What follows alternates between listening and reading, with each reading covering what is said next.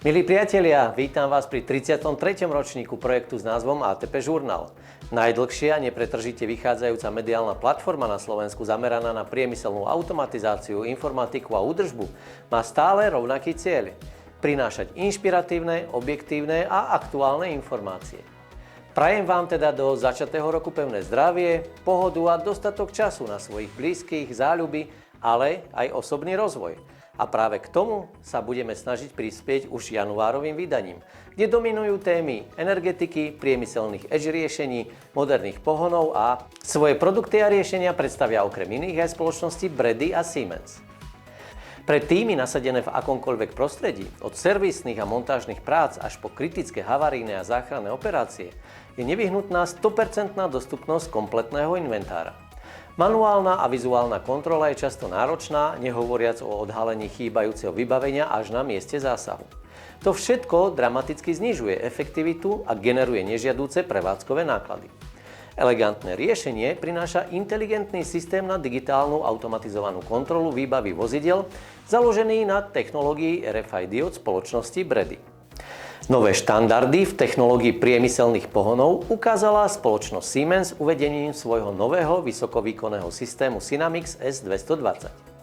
Systém stavia na úspechu systému Synamix S120 a predstavuje skok vo výkone vďaka novej riadiacej jednotke CU320-3 a softverovej verzii 6.6.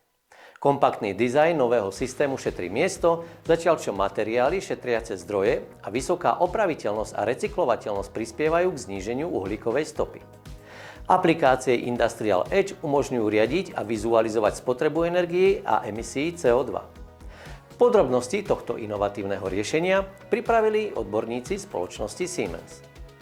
Iniciatívy Európskej únie v oblasti ochrany životného prostredia sa v posledných rokoch stávajú terčom kritiky, najmä zástupcov priemyslu, ktorí kritizujú nereálnosť ich plnenia v stanovených časových rámcoch.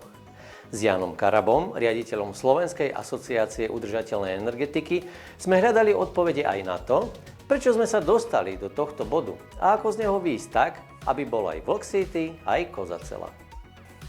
Platforma na spracovanie údajov a výpočty na okraji siete, v angličtine označované výrazom Edge alebo Industrial Edge, pozostávajú z rôznych softverových aplikácií, možností komunikácie a prepojenia medzi úrovňami výrobnej prevádzky a informačnými systémmi na podnikovej úrovni a prepojenia jednotlivých zariadení s centrálnym riadiacím systémom.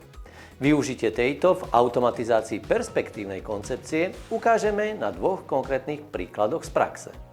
Oblasť energetiky je pod veľkým tlakom. Prevádzkovateľia distribučných sústav v Nemecku potrebujú rýchlo transformovať existujúcu infraštruktúru podľa nových podmienok. Pilotný projekt spoločnosti Natur Energy Netz ukazuje, ako sa dajú rýchlo modernizovať transformátorové stanice aj s pomocou moderných softverových riešení spoločnosti E-Plan.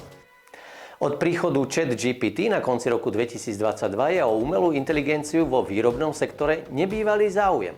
Svetlana Margetová ponúka vo svojom prehľadovom článku okrem iného aj návod, ako môže vyzerať metodika zavádzania umelej inteligencie vo výrobe. Nezabudnite sa zapojiť do prvého tohtoročného kola obľúbenej čitateľskej súťaže, pretože hráte o zaujímavé ceny nielen v tomto vydaní, ale na konci roka opäť o skvelé ceny, ktoré do súťaže venovali partneri čitateľskej súťaže. Ďalšie inšpirácie prináša aj náš YouTube kanál či platforma LinkedIn. Tak do čítania, sledovania a počutia, priatelia.